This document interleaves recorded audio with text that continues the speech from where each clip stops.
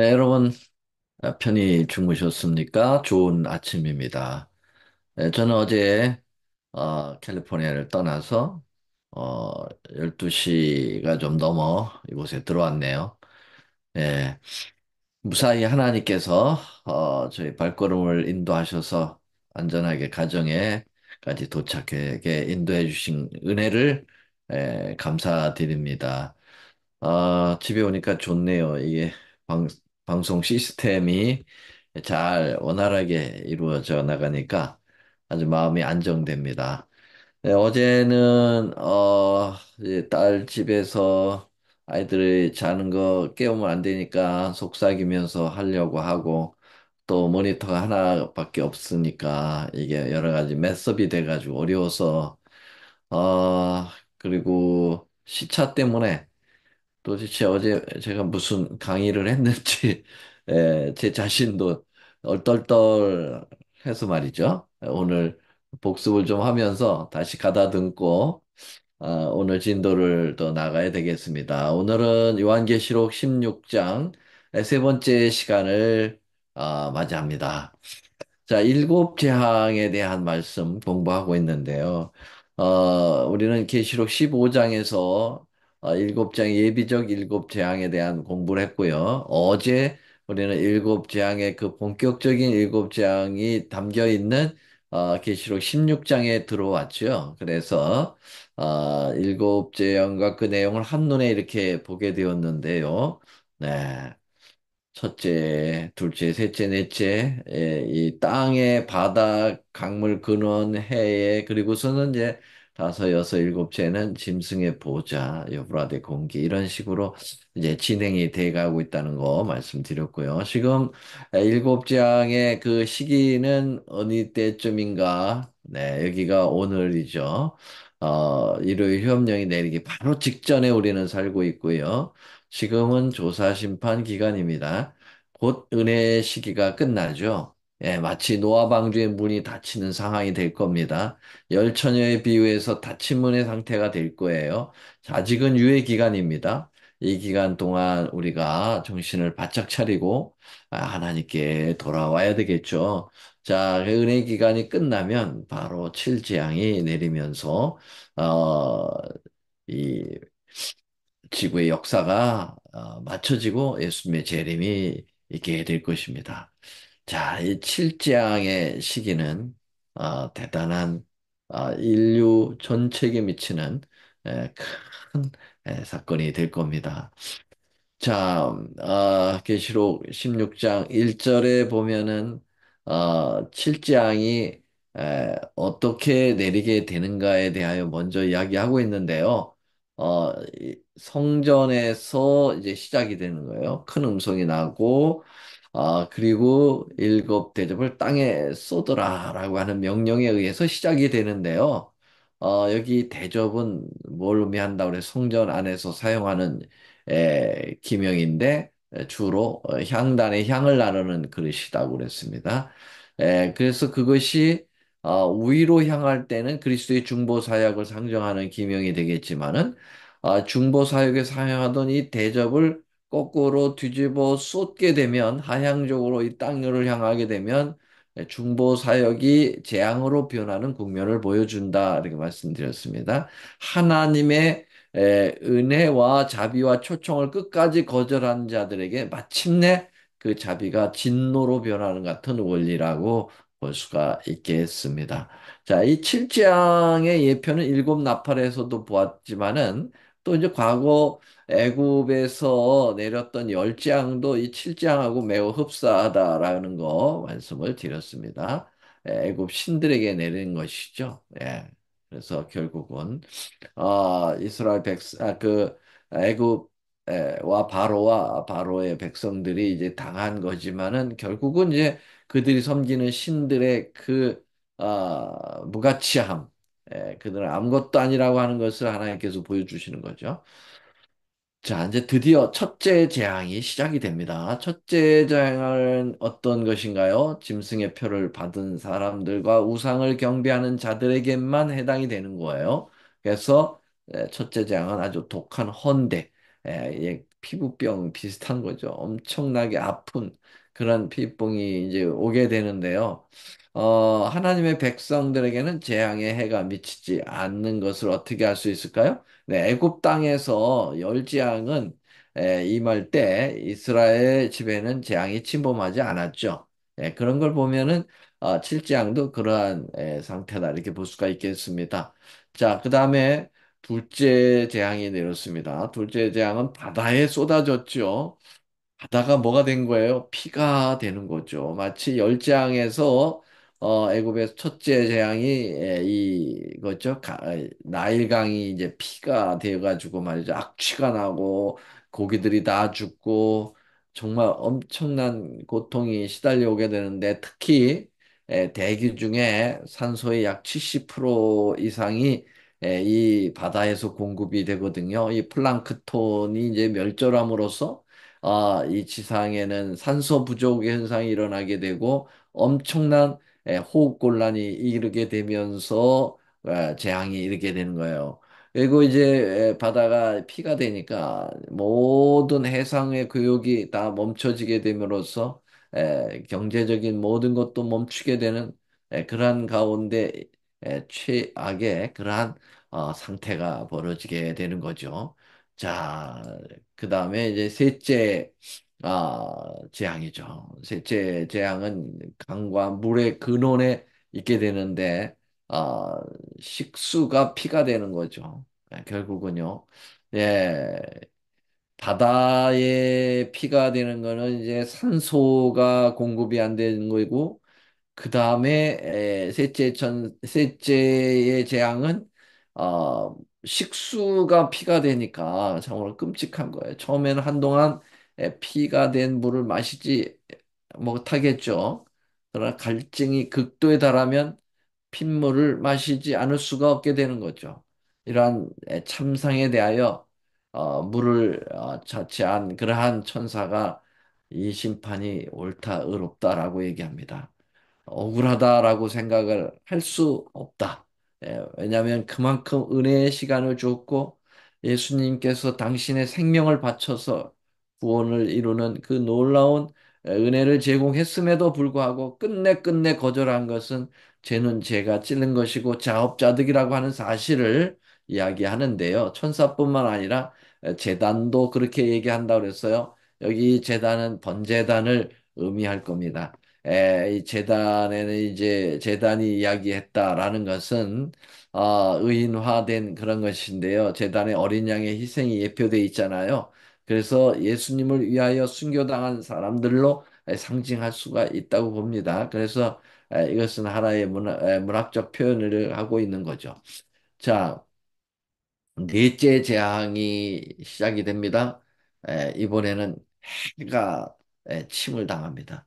하나님께서 해에 이 대접을 쏟게 되니까 그 해가 뜨거워져서 에, 이 짐승의 권세를 받은 자들이 불로 태움을 당하는 그런 모습을 보게 되는데요. 네, 여러분, 이 넷째 재앙은 이미 벌써 시작이 된 것 같은 느낌이 들지 않아요? 지구의 온난화로 인해서 점점 지구가 뜨거워지고 저기 캘리포니아의 그 산불, 엄청난 그 불로 인해서 말이죠. 이게 이제 불이 그렇게 나는 이유를 보니까, 이 온난화로 인해서 이 그 태양의 장렬하는 태양으로 온 산천 초목이 그냥 드라이 하는 거예요. 완전히 말라서 조금만 뭐 불티 같은 것만 떨어져도 걷잡을 수 없이 타가는 거거든요. 이런 무슨 부분들은 칠재앙의 넷째 재앙을 연상하게 만드는 거죠. 네. 근데 이제 이 해가 침을 받았다라는 것은 태양신을 경배한 사람들에 대한 재앙이라고 볼 수가 있겠습니다. 여러분, 신을 경배했던 그런 일들이 있었죠. 예, 어디에 있었습니까? 구약 시대에 이 에스겔 시대에도 보면은 여호와의 전을 등지고 동방 태양에게 경배한 사람들이 있었죠.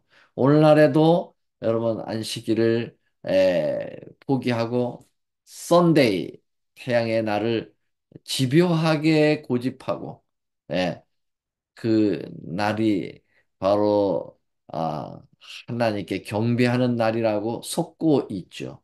그, 그리고 오히려 어, 창조의 기념일, 그리고 구속의 기념일 안식일을 시키는 사람들을 예, 무한 핍박을 하지 않습니까?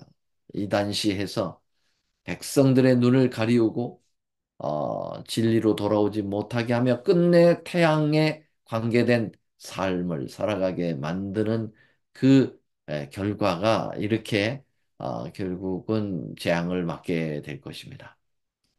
자, 이제 다섯째 재앙으로 들어가면서 좀 양상이 달라지죠. 말씀드렸습니다. 이 4, 3 원칙이 있어요. 이 7이라는 것은 4 플러스 3인데요. 4는 동서남북하는 방위수를 얘기하고 있고요. 예, 그 다음에 3은 하늘수라고 얘기하고 있는데 여기서는 이제 첫째, 둘째, 셋째, 넷째는 이 인간 땅에 향하여 이제 이 재앙이 내려진다고 하면은 어, 다섯째, 여섯째, 일곱째에서는 짐승의 보좌, 사단의 이제 그 하나님을 대적했던 이 사단, 하늘로부터 에, 구테타를 일으키고 쫓겨남을 당한 그 짐승의 보좌, 거기를 강타당하는 모습을 보게 되죠. 4.3의 원칙은 일곱인에서도 나타났습니다. 네 색깔의 네 마리의 말로 흰색, 붉은색, 검은색, 청황색으로 이제 하다가 다섯 번째서부터는 또 다른 양상으로 표현했죠. 일곱 나팔도 마찬가지예요. 네 번째까지 하다가 다섯 번째서부터는 세 화가 남았다라고 하면서 이 4.3 원칙이 있었던 것을 여러분 기억하시겠죠? 자, 다섯 번째에는 그 짐승의 보호자에 이제 쏟게 되는데 사람들이 아파서 자기 혀를 깨물고 아픈 것과 종기로 인하여 하나님을 원망하고 극도의 그러한 발악을 하게 되는 모습을 보게 됩니다. 자, 그런데도 회개하지 않죠. 회개할 수가 없어요. 왜요? 의로운 자는 의롭고 불의한 자는 그대로 불의하기 때문에 은혜의 기간이 끝났기 때문입니다. 아직은 우리가 유예 기간이 있다는 사실, 이것은 아직도 은혜입니다. 우리에게 시간을 주시고 계십니다. 우리가 혹시 회개하지 않고 여전히 제약적인 그러한 삶을 반복하거나 이럴 때 회개하는 심령을 가지고 눈물로 통회하는 그러한 일들이 있어야 되겠습니다. 자, 이 다섯째 재앙을 보면은요, 이 첫째 재앙서부터 둘째, 셋째, 넷째 이게 이 한꺼번에 오는 거죠. 그래서 아픈 종기가 나고 여전히 그 바다가 피가 되어 있고, 그 다음에 식수가 여전히 피가 되어서 그러한 것들이 가중 처벌이 되는 거예요. 가중 처벌이. 그래서 정말 이것이 한꺼번에 온다고 할 때 얼마나 힘든 그러한 상황이 될까요? 여러분, 참으로 이런 일이 없었으면 좋겠지만, 하나님은 공의로우신 분이고, 죄는 징치받아야 되고, 악은 처벌받아야 합니다. 그래야 의가 드러날 수밖에 없는 거죠. 자, 오늘은 여섯 번째 재앙서부터 공부하게 됩니다.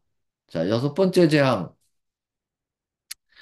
또 여섯째가 그 대접을 큰 강 유브라데의 소돔의 강물이 말라서 동방에서 오는 왕들의 길이 예비되더라. 여러분 여기 유프라테스 강이 언급되고 있어요. 유프라테스 강은 정말 역사가 깊은 강입니다. 여러분 유프라테스 강의 역사는 어디까지 거슬러 올라가야 될까요? 예, 에덴 동산까지 거슬러 올라갑니다. 에덴 동산에 이제 네 강이 발원이 됐는데요. 창세기 2장 10절로 14절에 보면은 그것이 나오는데 이 모습을 보여드리겠습니다. 창세기 2장 10절 강이 에덴에서 발원하여 동산을 적시고 거기서부터 갈라져 네 근원이 되었는데 첫째 이름은 비손강이 있어요. 하웰라 땅을 둘렀는데요. 그곳은 정금이요, 그곳은 베들리헴 호마노도 있었다. 그다음에 이제 둘째 강 이름은 기혼이라 해서 구스 온 땅에 들렸다. 이 기혼이라는 이름은 이스라엘 나중에 이제 기혼샘과 상당히 연관 가지고 있는 것 같아요. 그래서 에덴 동산이 이제 중동 지역에 있었다라고 하는 것이 거의 어, 그런 고고학적인 그러한 것을 통해서도 알게 되는데요. 왜냐하면 이 네 강 중에서 지금 중동에 이 두 강이 흐르고 있어요. 셋째 강 이름이 히데겔인데 히데겔은 아수르 동편으로 흐른다는 걸 볼 때 이것은 이제 티그리스 강이라고 볼 수가 있겠습니다. 그래서 그 히브리 이름으로는 히데겔이지만 현대 이름으로는 이제 티그리스 강이죠. 이 티그리스 강이 이제 고대 아수르 지역을 감싸고 되었고요. 그 다음에 이제 우리가 오늘 공부할 넷째 강 유프라테스 강입니다. 유프라테스 강하고 티그리스 강이 요 지리적으로 이렇게 좀 볼까요? 이렇게 보면은요, 유프라테스 강과 티그리스 강이 이렇게 흘러내려서 결국은 어디서 만나냐면 페르시아만에서 만나서 페르시아로 흘러내려갑니다. 근데 이제 이 유프라테스 강과 아주 밀접한 그 공간적인 도시가 있는데 그게 이제 바벨론이죠. 유프라테스 강의 하류 부분에 갈대아 우르에서 아브라함이 살았고 하나님은 그 아브라함에게 그 갈대 우르로부터 나와 가나안으로 가라고 말씀하신 거죠. 왜 그래요? 거기가 짐승의 우상을 세워놓고 어, 인간을 타락시킨 바벨탑 정신이 있었던 것입니다. 바벨탑. 그래서 이 바벨론이라는 것이 그 바벨탑에서 그 이름이 나온 거죠. 네, 그래서 고대 바빌로니아도 바로 유프라테스 강에 존재하고 있었죠. 그래서 유프라테스 강물을 이 바벨론 난공불락의 석 안으로 끌어들이는 그런 일이 느부갓네살 왕 때 있었잖아요. 그래서 해자를 뚫었어요. 그래서 운하를 만들어 가지고 내성과 외성 사이로 이 유프라테스 강물을 흐르게 했죠. 그렇다고 하면 유프라테스 강하고 바벨론하고는 직결된 그러한 것이에요.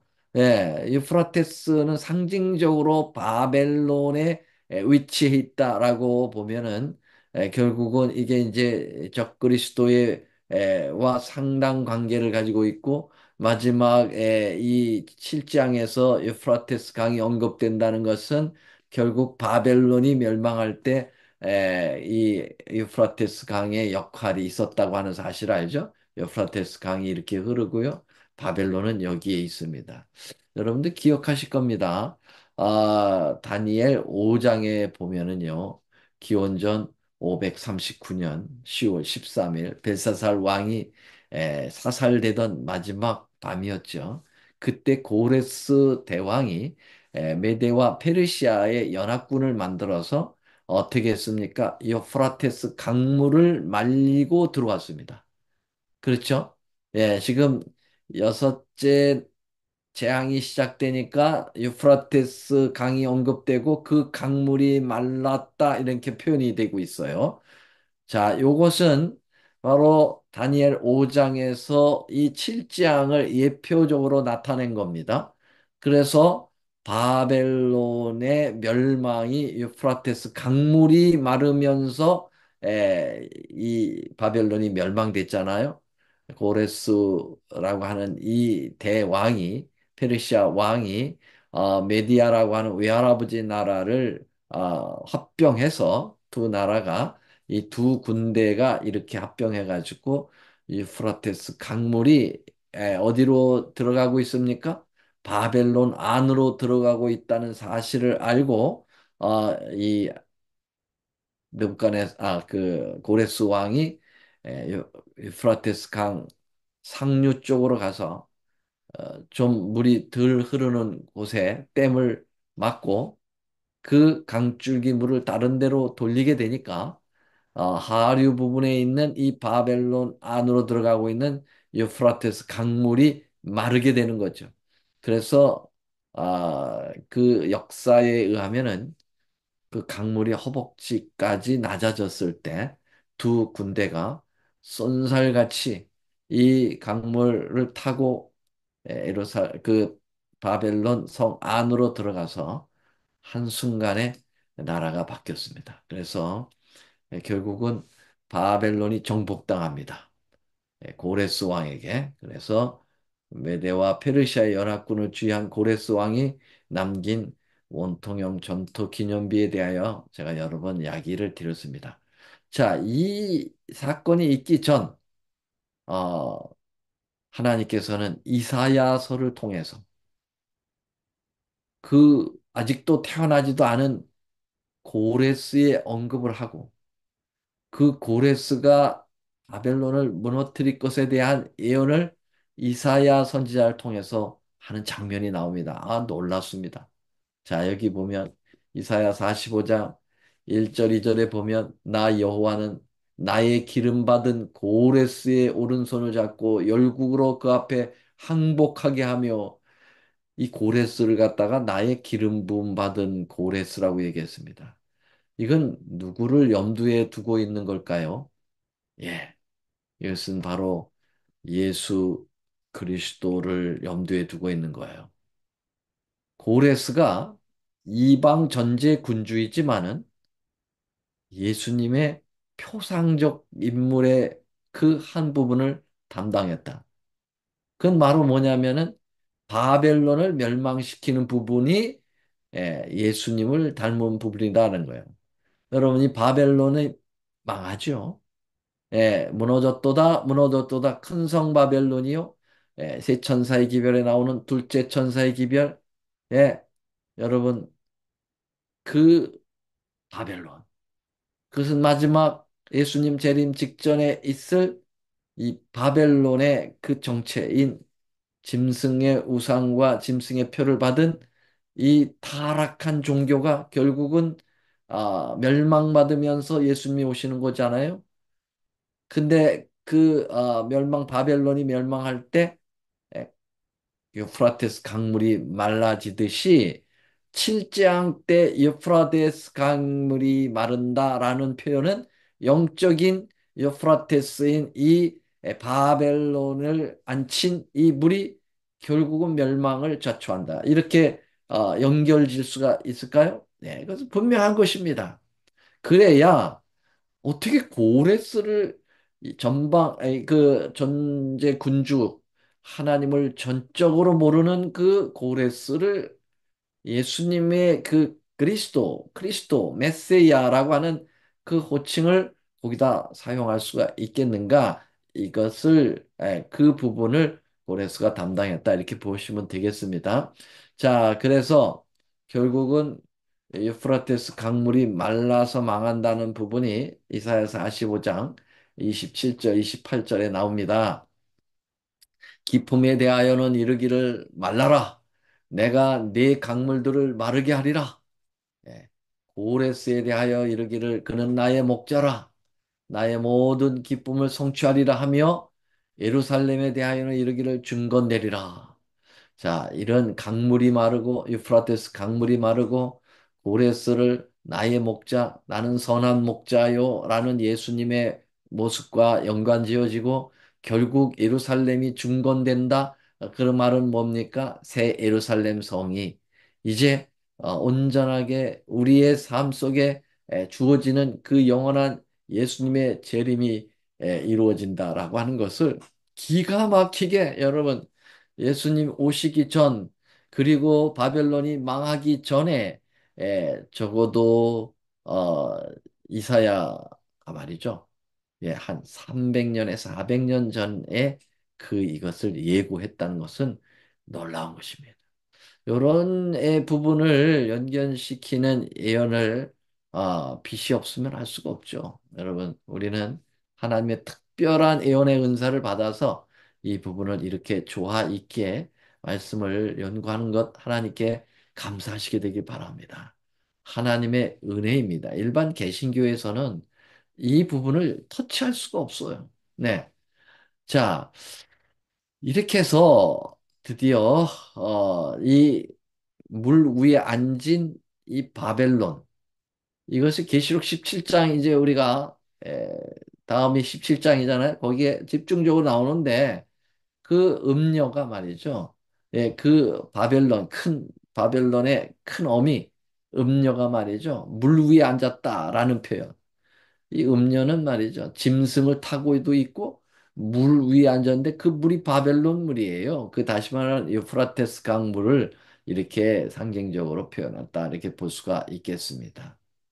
자, 그러면서 이제 이 여섯째 그 재앙이 어, 이렇게 표현되고 드디어 일곱째 재앙으로 연결이 되면서 마지막 에, 커다란 전쟁이 오게 되는데 그게 아마겟돈 전쟁이 오게 되는 거죠.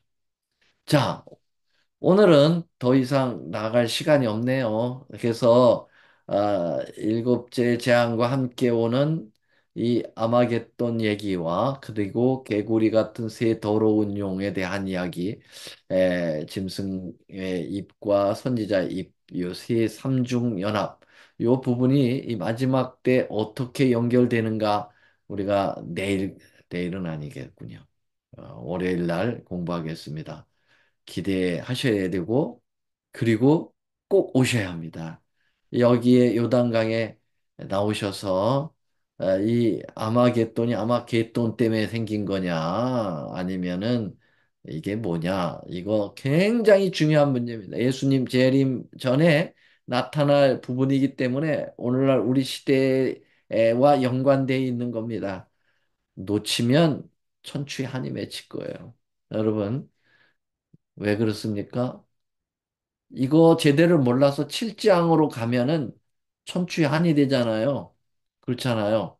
네, 그러니까 제발 빠지지 마시고 꼭 참여하셔서 예언의 말씀을 끝까지 경청하시고 그것을 알아야만 피할 길이 있고요. 그리고 피하도록 만들어주는 예수님을 만나게 되는 것입니다. 오늘 여기까지 마치겠습니다. 기도하겠습니다. 하늘에 계시는 사랑의 우리 아버지 하나님, 은혜를 감사합니다. 오늘도 우리에게 놀라운 이 마지막 때에 다가오는 엄청난 재앙, 칠재앙에 대하여 분명하게 구약 성경과 연결하여 말씀해 주셨습니다. 아버지여, 예언을 등한히 여기지 말게 하시고 말씀 속에 살아갈 수 있는 그러한 우리의 심령이 되도록, 그리고 우리가 이제껏 주님 앞에 온전하지 못했던 거, 아직 은혜의 기간이 있을 때 철저하게 회개하며 주님께 더 한 발자국 나아가는 우리 모두가 되도록 인도하여 주시옵기를 우리 구주 예수님의 이름으로 간절히 간절히 기도 올리옵나이다. 아멘.